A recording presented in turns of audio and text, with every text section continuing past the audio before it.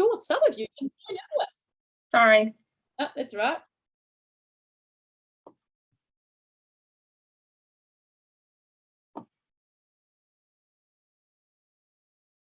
Whoops, we just lost Anita for a moment. She's coming back.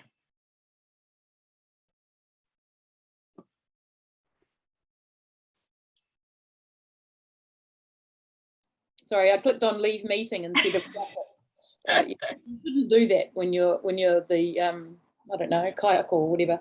Okay, right, let's get started. Okay, so we've got our karakia here, which some of you can join in with if you're not, but this is all about uniting together for our purpose, which is learning about Matariki, which has got to be the coolest topic ever. Okay, so me inoi tātou, tui a ki runga, tui a ki raro, tui a ki waho, tui a ki roto, tui a te here tāngata. Ka rongo te pō, ka rongo te ao, haumi e, hui e, tai ki e. Now, I do hope that some of those of you that are on our Te Reo Māori course this term have started rolling out the karakia here and there. That'll be really cool. And I never know who is a life educator in our sessions because we've got like 300 teachers, so they just sort of pop up randomly. So I'm looking forward to a couple of minutes at the end of just hearing how things are going. All right. Okay, so we always have a waiata, so we'll do our waiata together. That just calms us down. Love, faith, peace to all of us. Calm the farm after whatever our crazy day's been like. So off we go. Te aroha, te whakapono, me te rangi mari e, tato tato e. Here we go. I'm going to get you up and make you sing a song later on too. So there you go. So we always start off with a bit of Te Reo Māori, you know, so our pros that have been learning all term, they can, you know, let you know, but give you a bit of tutoring afterwards if you're like, oh, I want to do that. This is our basic way of introducing ourselves in Te Reo Māori, what our name is, where we're from. So we just say kia ora. That works, doesn't matter what time of day. Safe greeting, wishing people well, wishing people health and liveliness. And actually, ora is a word that means to be alive, to thrive, and Matariki happens to be basically a star to do with oranga, to do with health and well-being. So each of our stars has sort of different qualities or aspects, connections, and so Matariki, naturally as the mum, is the one that, you know, gives life and health to people. All right, so ko waito ingoa, so you can just put your answer in there, ko whoever ahau. I can't hear you, but that's okay. Introduce yourself to yourself. So ko Anita ahau, that's me, or ko Anita tōku ingoa. No hea koe is our question about where you belong. And belonging has another big aspect of Matariki. Matariki is sort of like New Year's, Christmas and Easter and any other festival you can think of, all combined into one. You know, and being a time for whānau, a time for getting together, reconnecting with where you're from and who you are. I saw someone the other day talking about Matariki and being a time when people went back home, you know, and it reminds me of the great mass migration that happens in China every Chinese New Year, where literally probably billions of people are, you know, traversing the country to go back to their hometown, their home district. So no hea koe, where are you from? Where do you belong? So we can say no Aotearoa ahau, I'm from New Zealand. No Tāmaki ahau, I'm from Auckland. No Te Whanganui Atara ahau. So just whack a place name in there and away you go. So, you know, and this is a really good way for all of our educators to introduce themselves at the beginning of a learning session, you know, so that's the kind of basic tikanga that a large portion of the educators, that's the journey they've been on this term. So doing a karakia waiata and a kia ora ko whoever ahau, nor wherever ahau, you know, just a couple of minutes at the start and just setting the scene for those time with those tamariki. Okay, so relationship building, really important. I guess as educators, you have to almost form an instant relationship with the tamariki in front of you. If you're lucky, you'll see them twice. You know, sometimes I'm sure it's only once. And then obviously year to year perhaps as well, you know. It reminds me of my time doing PD in schools, half an hour in each class, you're always on, you're always performing, you know, so that means we're always connecting. And so finding quick ways to connect in, you know, using our Tao Māori framework is a really good way. Our karakia gives us a transition, you know, a transition into that space. We know anecdotally from schools that have implemented karakia at the start of the day, generally our behaviours. Sorry, Tim, you've just unmuted yourself there. Yeah, so, you know, all of these things that's tying in, it's giving us our background towards our kaupapa for today, which is Matariki, which really encompasses every area of Te Ao Māori, or the Māori world. Okay, so way back when, whakapapa, that's what we're going to start with, te tīmatanga, the beginning. So our opening karakia is called a karakia tīmatanga, an opening beginning karakia.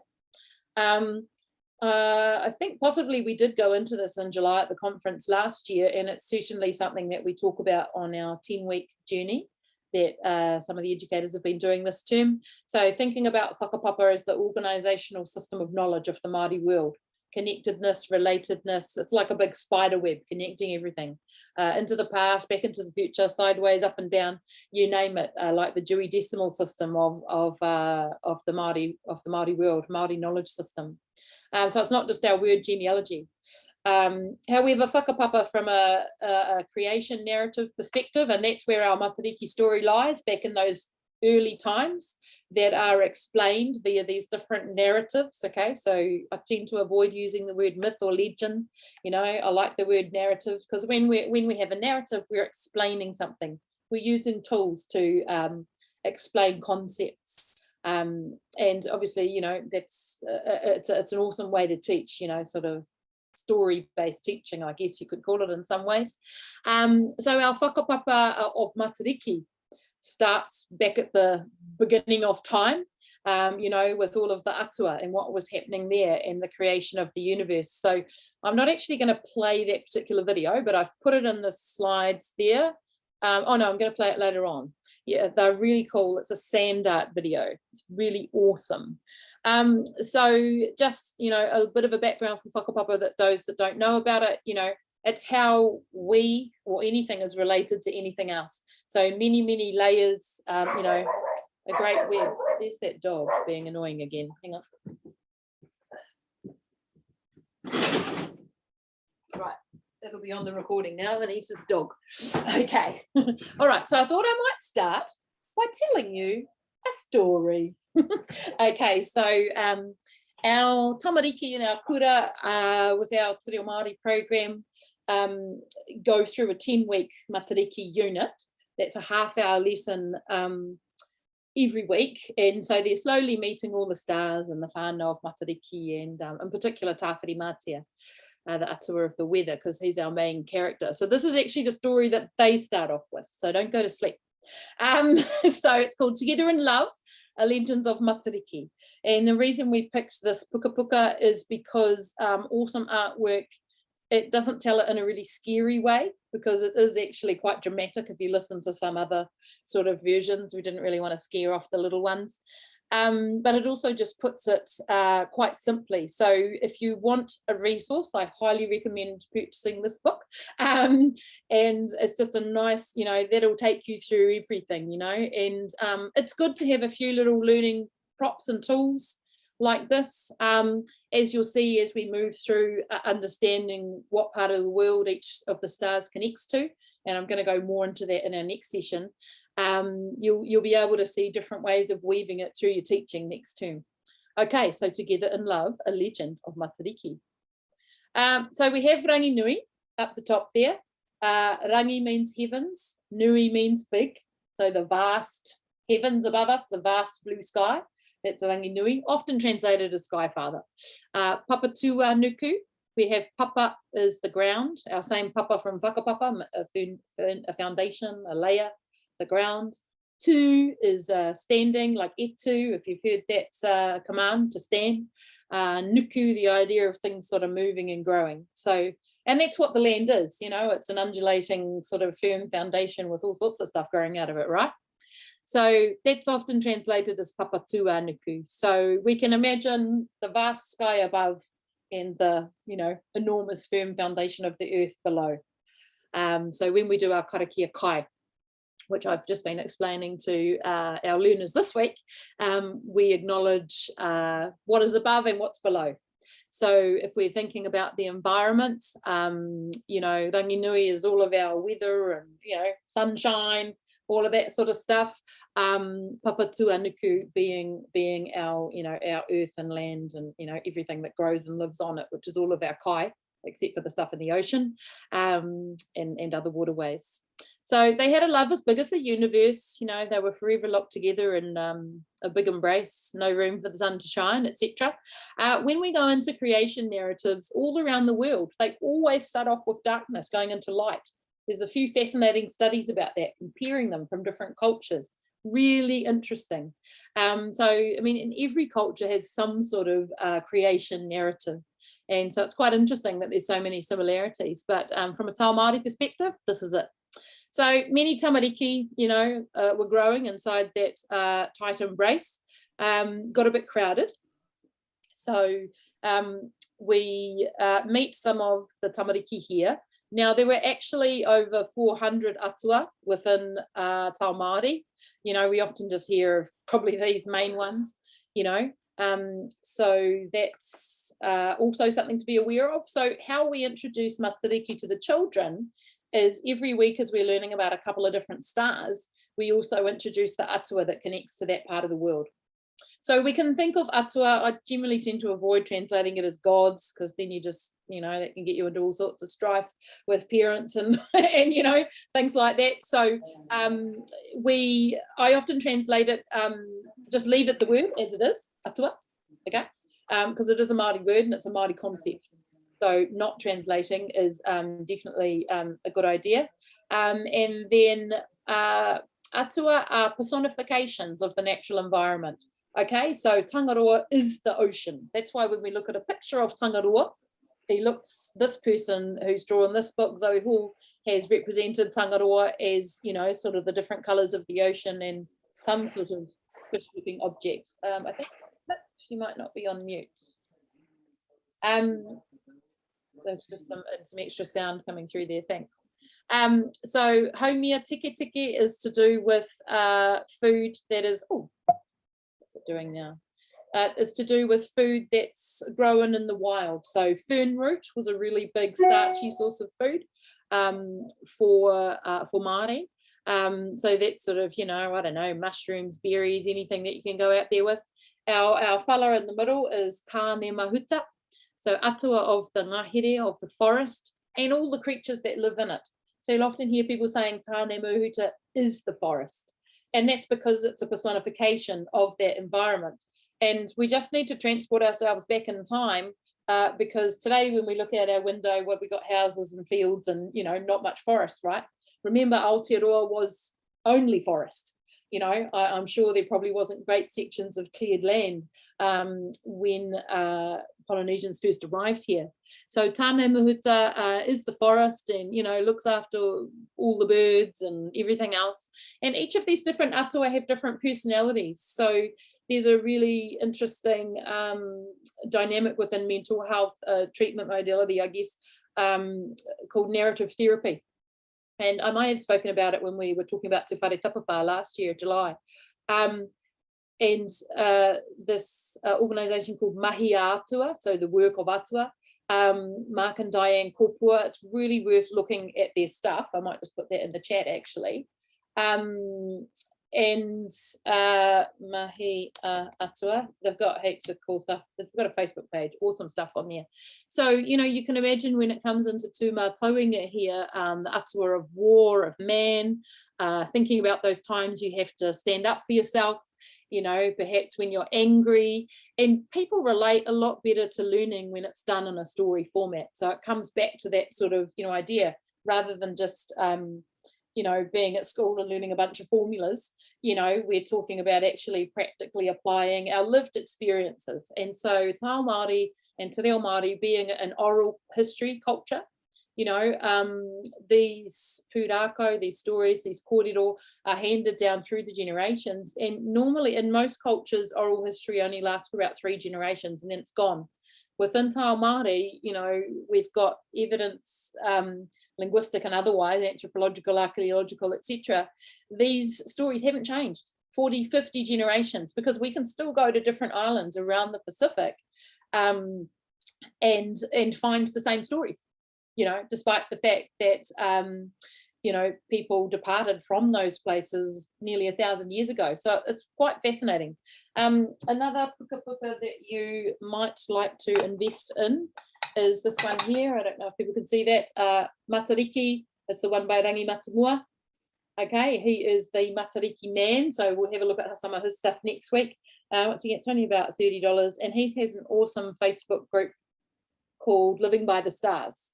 So living by the stars.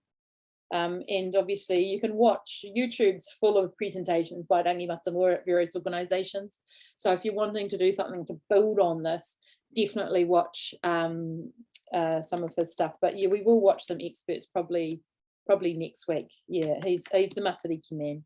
He's basically the only person in New Zealand that is an expert on Māori astronomy, you know, so that is pretty good. Whoops, I think I've just sent that message to Jackie instead of everyone. Maybe I'm not so good at typing. Living by the stars. Okay, there we are. Okay, so moving over to the side there, up the top, we've got rongo matane. So rongo matane is to do with the atua kumara and cultivated crops. So that's all of our veggies, vegetable gardens, crops, you name it. That sort of thing. And down in the bottom, Uru o Moko, looking a little volcano-like. That's because he is the atua that looks after, or, you know, personifies volcanoes and earthquakes. He's still in the ground with his mum, Papatuanuku, busy feeding away. So, you know, these are some of our main atua. So we mentioned them because we're going to delve into a bit more with the stars in our next session about, you know, who's who and who fits where, etc. Okay, so what happened next? You know, I don't know, maybe Rangi rolled over in his sleep. Who knows? Something happened and a bit of light came in, you know, and these little tamariki that were stuck between the two got a bit of a glimpse of what could be. So it was enough to change everything. So then ensued a bit of a discussion, as I'm sure plenty of you have had with siblings. And old Tāwhiri Mātia was very much against his parents being separated so that the children could enjoy this world of light. So he got a bit angry, you know, all of these different kids had a bit of a go at separating mum and dad, but pretty firm embrace. So, you know, one by one they all tried, and the only one that succeeded was Tāne Mahuta here. So he lay down on his back and he used his giant tree trunk legs to push his parents apart. So so once Tāne stepped up here, obviously mum and dad extremely sad, as you would be. So our kōrero goes that when it rains, that's Rangi Nui sharing his sadness at being separated from the love of his life. You know, and I've even ended up chatting with kids, you know, these odd conversations come up, you know, parents, kids of parents who are divorced or separated, you know, what they can see in this story with the emotions, you know, it's really interesting. And I guess I'm sort of emphasizing a lot of this well-being stuff today because I know that a lot of the requests from schools are around this. So this is how we can use some of these stories just as tools, or, you know, even just this image or something like that, you know. Images are really, really powerful, and a picture speaks 1,000 words, etc. So Papatuanuku shows her sadness when there's mist on the ground. So that's her tears. So, you know, it's a beautiful way of explaining just these natural phenomena that are happening. So anyway, old Tāne Mahuta succeeded, but was everybody happy? No, no, no. So Tāwhiri Mātia got in a giant rage, big tantrum, ripped his eyes out. Goodness knows why you'd do that, but anyway, he did it. and this story expresses it as he ripped out his lightning bolt eyes and threw them up to Ranginui in the sky. And of course, Tāwhiri Mātia is the personification of the weather, or the weather elements.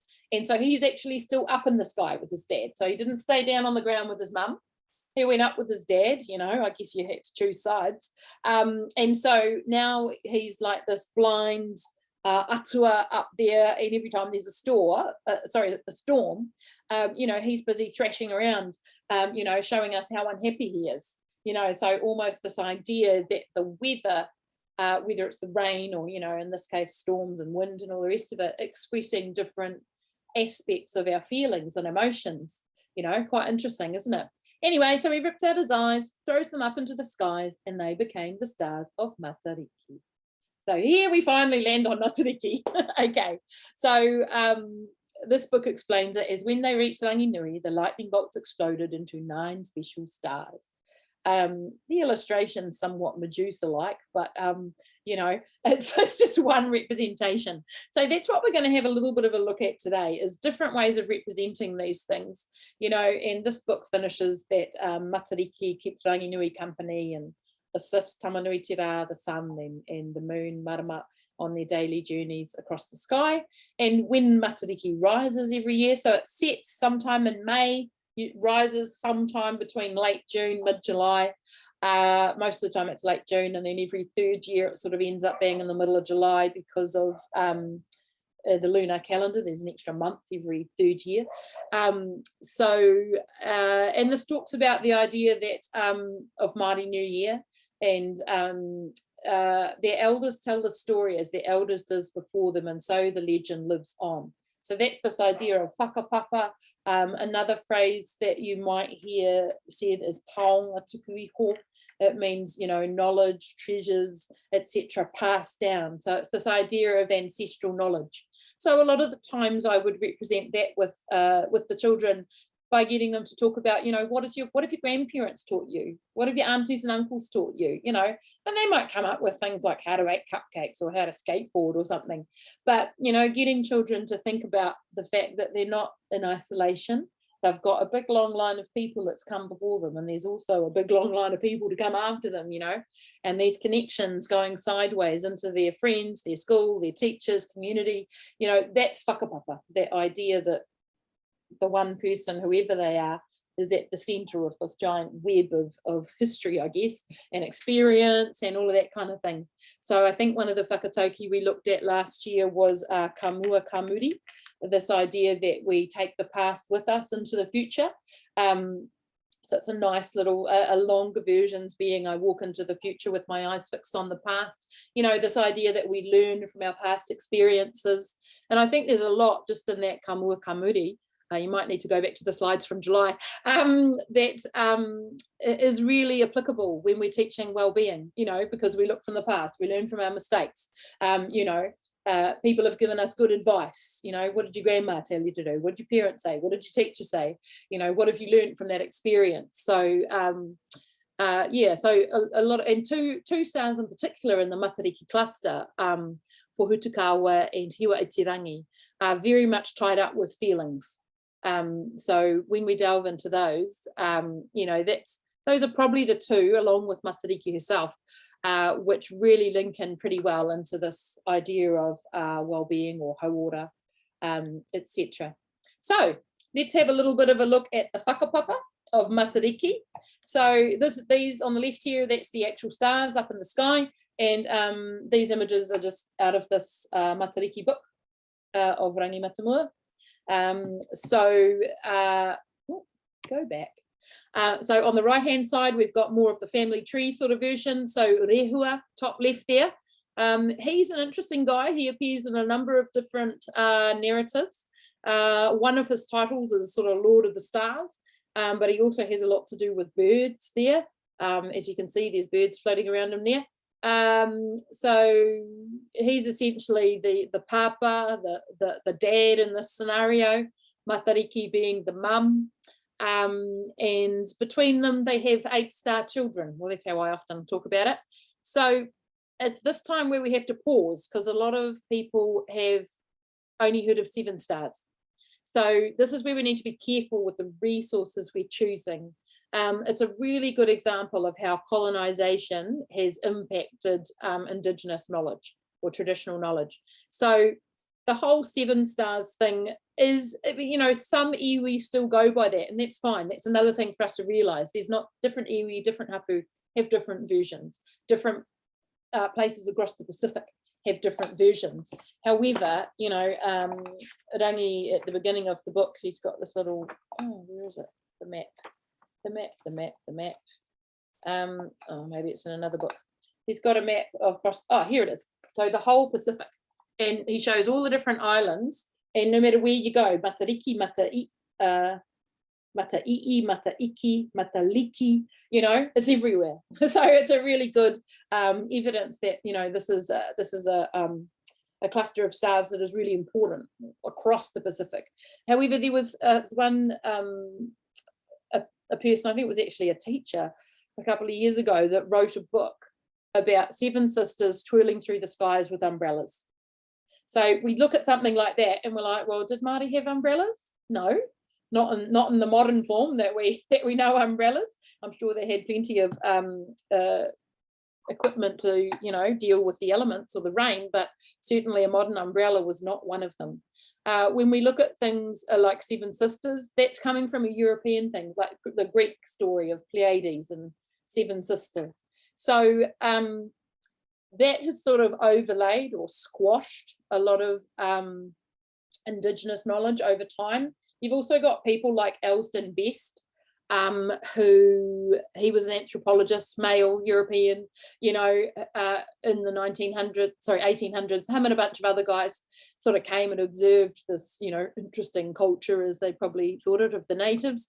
And a lot of their observations that they've written down in their book just aren't quite right. In particular, the way that they've written down about women, which is no surprises, because they were writing down through a very 19th century white male privileged view. You know, women didn't have any legal status. So, you know, we have to take what they've written down with a bit of a grain of salt. It's not always authentic, but it is also one of the main sources of information about Indigenous knowledge as well. So, you know, this is where Rangi himself is just like gold, a real taonga, because his knowledge has been handed down via his great-grandfather, who was a tohunga kōpōrangi, a Māori astronomical expert, and he wrote down a lot of his knowledge in a manuscript, and I think it was in the 1890s, and that got passed down through Rangi's whānau, and he was the one who was given the instructions to study this knowledge and make it public, share it. So that's why he's sort of, you know, behind the whole resurgence of Matariki, because he has that whakapapa, you know, which is pretty cool. So, yep, there are 9 stars and 9 star names. Just answering the question, is Rehua a star too? Well, yeah, kind of Lord of the Stars, probably everywhere. Haven't really looked into Rehua too much, to be honest. But one thing I'm determined to find the answer to is the Tasman Sea is called Te Tai o Rehua, the tide of Rehua. So Rehua appears in lots of different narratives with different roles. He's a bit like Maui or Pane. You know, he's kind of like a main figure who features in quite a lot of things. Yeah,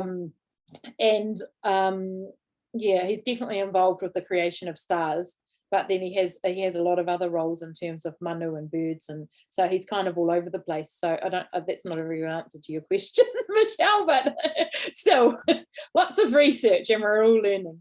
Okay. All right, so Te Ao Māori as opposed to Te Reo Māori, that's a good question, thank you. So Te Ao Māori means the Māori world, okay? Ao means world or daytime or cloud. It's the Ao from Aotearoa, there you go.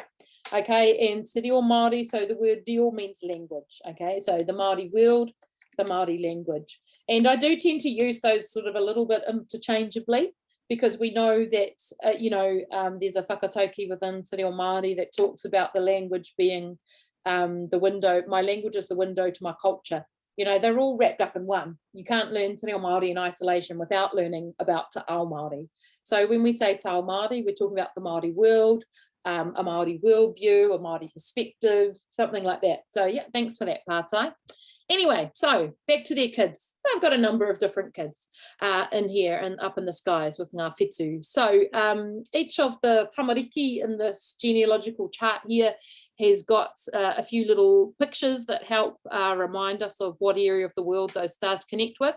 Conveniently, six of the tamariki are paired up quite nicely. What was I going to say? And then the last two are Hiwa and Puhutakawa, who tend to sort of be a star of the past and a star of the future, and wrapped up with some of that feelings, well-being kind of thought processes. Okay, so there are 3 males and 5 females, definitely not 7 sisters. Okay, let's move on. So those stars or arranged in the sky in their particular the same arrangement as they are, naturally. So Matariki is kind of in the middle, and every star is positioned in quite a logical position. So Tupuarangi is the food that comes from above, so it's like fruit and birds and stuff like that. Tupuanuku is the food that grows on the ground. So notice how the stuff that is above the stuff that's below. Our 2 stars across the top there, Waipunarangi, the rains, Ururangi, the winds, they're up in the sky because it's weather. Waiti and Waita, sort of just next to Matariki and down on the bottom left, Waiti is the fresh water, which comes from the mountains down into Waita, the oceans, which is the salt water. That's pretty cool. And then I haven't actually heard any kōrero about why Hiwa-i-te-rangi and Pōhutakawa are where they are. Hiwa-i-te-rangi is more about our goals, our dreams, our wishes, our hopes for the future. Pōhutakawa reminding us of those who've passed away. It wouldn't surprise me, those who've passed away, they actually go down into the underworld as part of their journey. So it wouldn't surprise me if that's perhaps why Pōhutakawa is at the bottom there. Okay. This is a little worksheet that I usually print out to give to the kids. So I think I can certainly give you the PDF version of that. And they just go through and they just draw a picture next to each star. So you have vegetables next to Tupuanuku and birds next to Tupuarangi. And it's probably something that we'll come into a little bit more next week as we delve into, how we can actually apply these connections into learning. But I thought I'll just pop it in there today. So we've got a bit of an idea. So it's just the same placement as that, but just done in a colourful way, I guess. And I think it's probably good learning for you to print out that and draw your own pictures, because there's nothing quite like us looking at something visual to learn something new. And certainly I think if you were going to use any of these stars and their connections into the natural world as a teaching tool, this is probably something good that you could, hold up or draw. I often just draw it on the whiteboard as well as I'm talking about things. We are going to, now, well, you can do it sitting down. No, I think you have to stand up. This is our break. So I'm a bit over it, but there's the Matariki Makarena. So it gets us moving, and it's a useful waiata for remembering the names of the stars. So I used to use a version from Christchurch Libraries, but we found this a couple of days ago from Miss Nikki Says. So she doesn't show you the movements, but I'm sure you remember, the Makarena like this. Woo, Makarena, except we're going, woo, Matariki. Okay, so get ready to have a bit of a break, and we'll try this. I might just enlarge it first. Hang on, that'll make it a bit easier to see. Oh, it's just going to be a pain. Let's just try playing it from here. No. Go, Miss Nikki, go.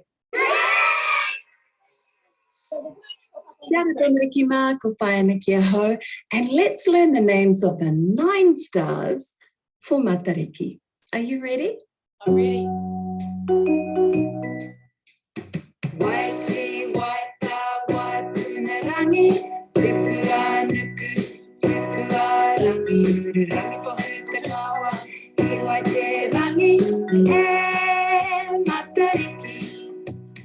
Waiti, Waita, Waipunarangi, Tupuanuku, Tupuarangi, Ururangi, Pōhutakawa, Hiwa-i-te-rangi, and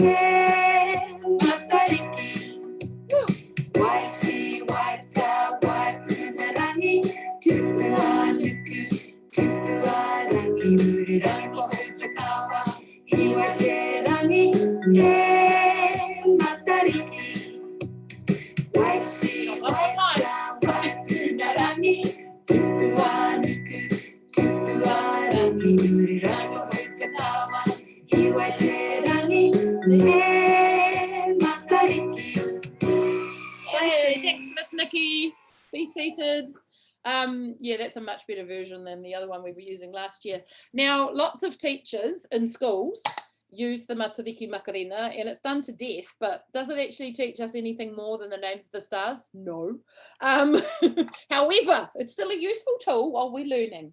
However, most teachers that I've come across in schools are using a version of the song that only has 7 stars. So that's one thing that you could sort of role model in your teaching next term, is just being a bit of I used to call it Matariki myth busting, you know, just pointing out that there are 9.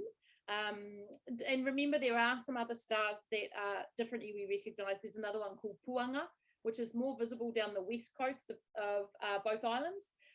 So that's sometimes taken as the sign of the beginning of the new year in those iwi. But in general, we're all going by what Rangi Matamua says, because it was his ancestor that, you know, told us how it should be.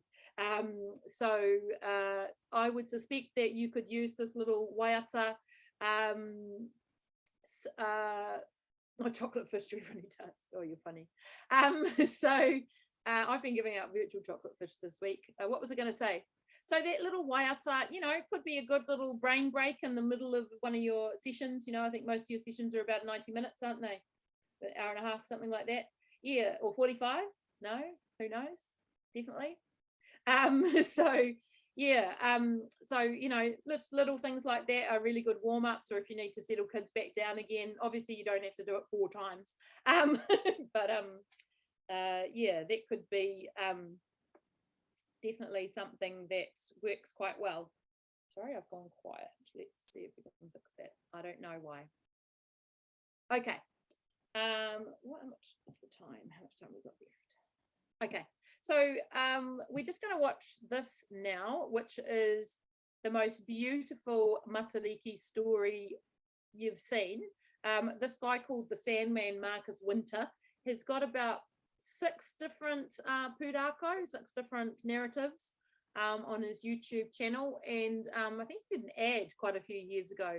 And when we used this last year as a teaching tool, everybody just loved it.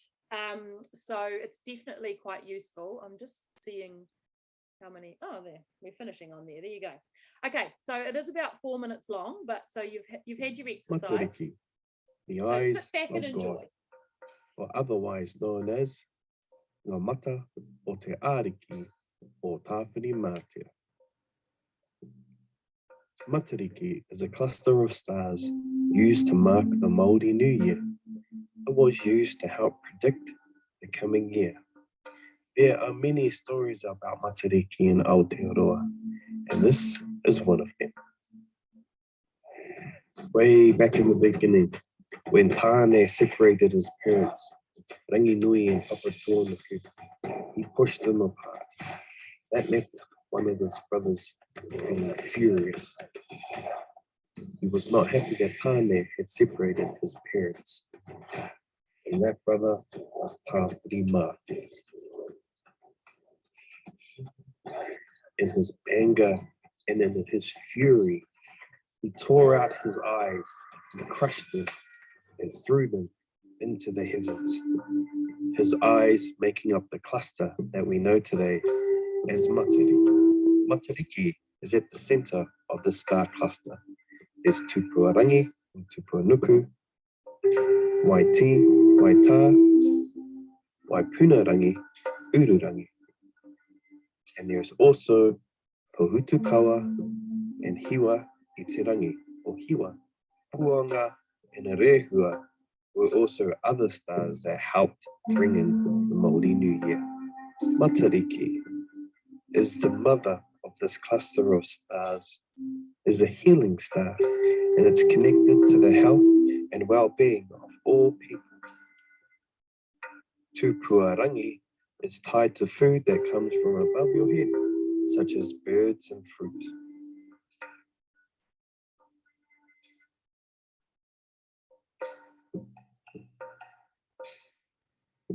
Tupuanuku is tied to food that grows in the ground.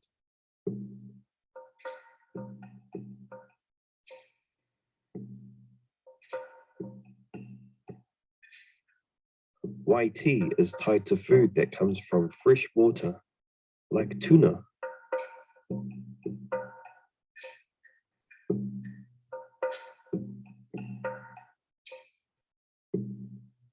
Waita is connected to the food that comes from salt water, like our oceans and seas.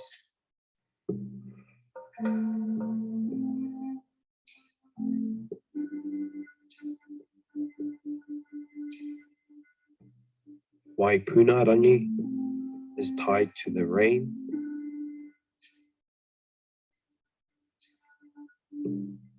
And Ururangi is tied to the winds. These two help us to understand the seasons.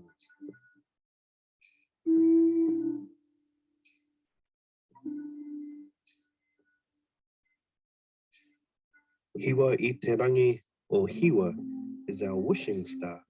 This is the star our ancestors will send their dreams and aspirations to. Pohutukawa acknowledges our loved ones who have passed and allow them to continue on their journey into the heavens. These are the stars of Matariki. Matariki being the mother of the cluster of these stars.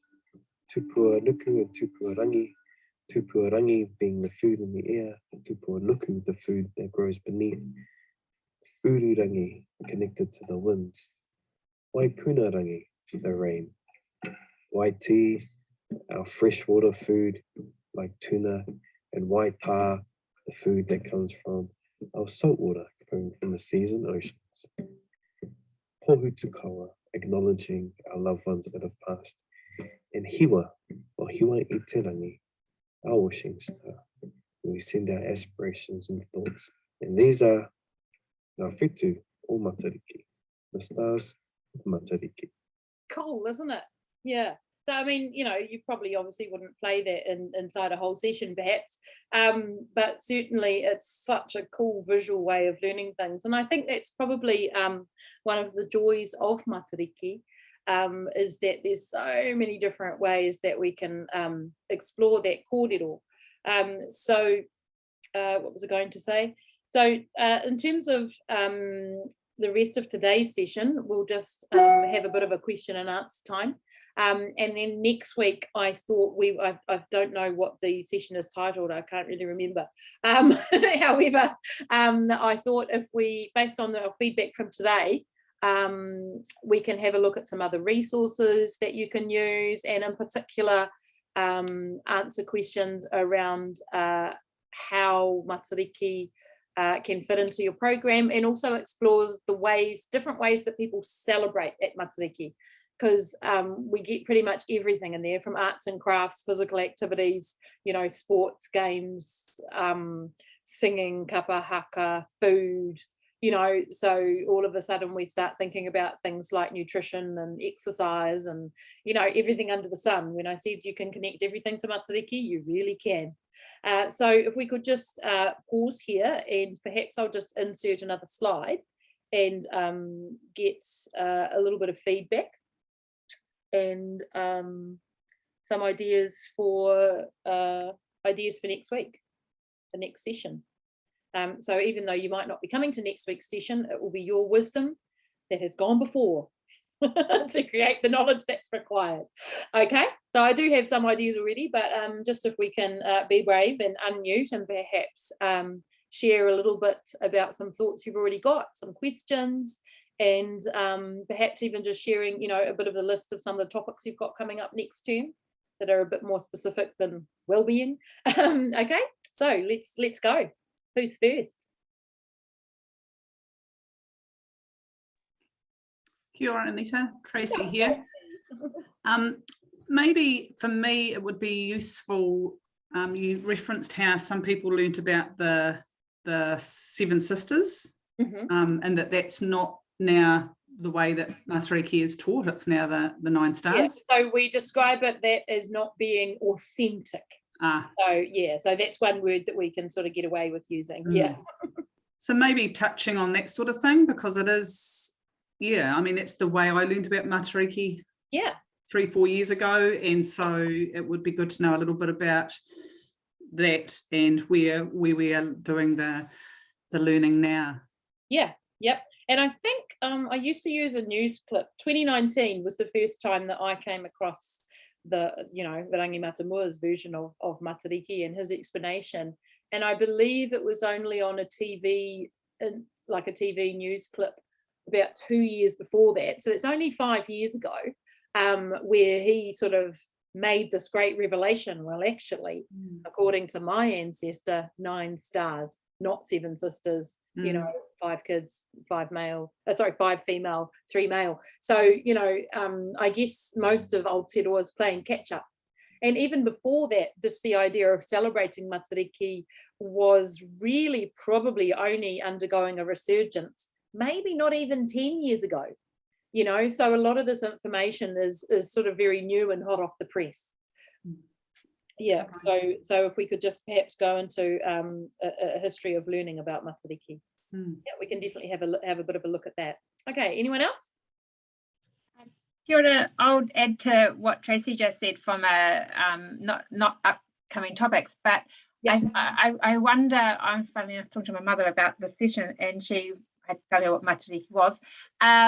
But I wonder, because it's the first year there's going to be a public holiday, do you know of any things that's going to be done nationally, or how is everyone going to know about Matariki? Any insight that you have into that outside of school would be valuable, just because when we're talking to teachers and that comes up and go, oh, well, there's going to be a national campaign that's going to talk about this the month before, or anything that sort of that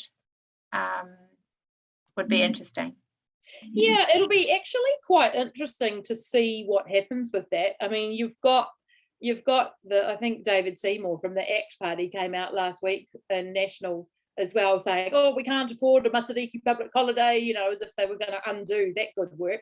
We've finally got a public holiday that celebrates something Māori, because Waitangi Day is a bit controversial, clearly. So it's it'll be interesting. I think there's a lot of education, to happen across New Zealand. So I can certainly look into that and tap into some of our networks to see what may be happening. But yeah, I suspect it wouldn't surprise me if there's some sort of education campaign. We can certainly have a look at that. I can't even spell now. And certainly, I think if we look into the different ways of celebrating Matariki, so we go into that with the schools. We spend about 6 weeks doing the stars, and week 7 and 8 we do look at all those different ways.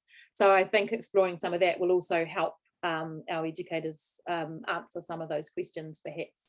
And you've really, when you're trying to explain it to other people, it's just like when you're starting to learn Te Reo Māori.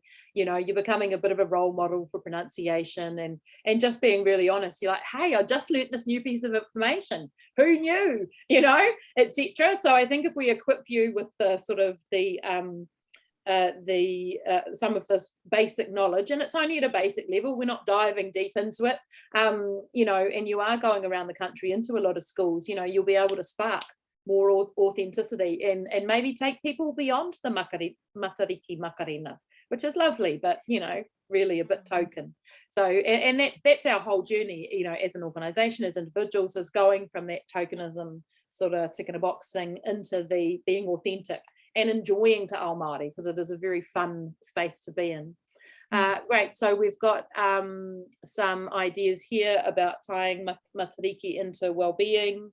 Let's put anxiety, stress. What else have we got in there? Human biology and focus on the brain. Yep. And then we've got another one as well, into food. Food, yeah, food. Always good. Kai, I better put Kai in there. Maybe I'll just put Kai. Come on, we all know what that means. Okay. And discuss how to include the stars in our teaching. Yeah. So I'll also go back to our Kura Kaupapa Māori teacher as well, and she's doing a big STEM program, Mātauranga Māori inside STEM. or STEAM, whatever you want to call it, whatever your acronym you use, as well. So we'll collect up a few things, and I think, you know, we'll delve in a little bit, and I'll bring in through some examples of stuff that we use in our Te Reo program as well, with Tamariki, because there's a lot more waiata and books and you know, even just little ideas that some teachers do, for example, getting the kids to write their aspirations for the future on a star that is hiwa i te rangi, you know, so some of your goal setting sort of stuff. So I'll basically do a bit of a brainstorm on all of this before next week.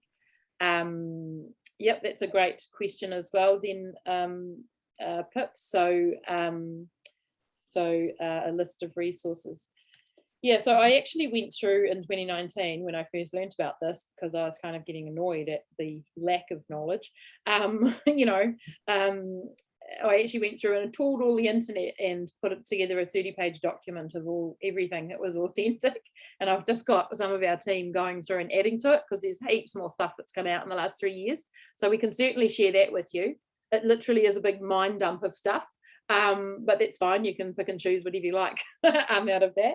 And I'm more than happy for you to share that with schools. You know, that was the whole idea behind dumping all that stuff in one document, was that it would just sort of permeate, you know, out into the ether. And I think that's probably one of our biggest roles, isn't it, as educators? You know, you're going into schools for a short period of time, planting a whole lot of new ideas, and then hopefully you come back next year and see them grow, you know, and the difference. And I think from the educators I've spoken to and had experience with locally here, you know, yeah, that was one thing she enjoyed about going back into schools a year later and seeing some of these things really being taken on. Anita, I've got some from a kaupapa kura today asking me to Matariki, Maramataka, and Kaitia Kitanga to tie the three together. Sorry, that's a request that they have for your sessions, or? Yes. Okay. And that's from a kura kaupapa? Yeah. Oh, it's interesting that they're expecting you to come in. Or do they want you to tie what you're doing into those, or? Yes. They're wanting me to tie what I'm doing into those. So the Matariki, Maramataka, and Kaitia Kitanga. Yeah, so our Matariki, we know what that is now. Maramataka is our lunar calendar, and that's just all about the different cycles and seasons. Actually, with our Te Reo program, our first year, our unit in term 2 is called Matariki, and in our second year, it's called Maramataka, because it's all just, you know, going on another level of deepness. So we can certainly, we've already pulled together quite a few resources, so I could certainly share those with you, Jackie. Thank you. Kaitia Kitanga being that idea of being responsible for taking care of ourselves, others, the environment, you know, all of that. So it shouldn't be too difficult. We'll just get some basic explanations of those and some resource ideas for you, Jackie. Great, thank you. Anything else? List of resources to use. I've just got one more. I'm wondering what's being sent to schools. So, you know, are there resources being planned to? Are there No. No, it's the usual story. We can't even get, you know, funding for our Te Reo Māori program. Yet it's going to be a compulsory subject in 2025. Go figure. So we are going to be going into schools where they're talking about Seven Sisters. Yeah, I think so. And I think, look, it really depends on, I think as per usual with anything Te Ao Māori, Te Reo Māori, teachers are doing their best, you know, and we've just got to come from the fact that it's not their fault. They're just using what they've seen on Twinkle or Pinterest or shared on Facebook. They don't have the level of knowledge where they're able to distinguish between resources that are sort of authentic, like actual Indigenous traditional knowledge, versus some story that someone just made up to make some money in a book, like our twirling with umbrellas scenario. So I think a lot of those, that's why I put that original document together 3 years ago, was sort of to meet that issue. So I'll dig that out. I've got it in PDF form, and we can just circulate that amongst all the educators anyway. And then that way you've just got one document that you can just give to a school, you know, without, and that's just quite generic. So that's got ideas from all over the country. Like Christchurch City Libraries do some fantastic stuff. So, you know, directing, if the schools are saying, oh, you know, we want something, you know, blah, blah, blah, for our area or something, a lot of the public libraries do a really, really good job. Another good place is the Stardome website, you know, the Stardome Observatory in Auckland. I suspect the, what's it called now?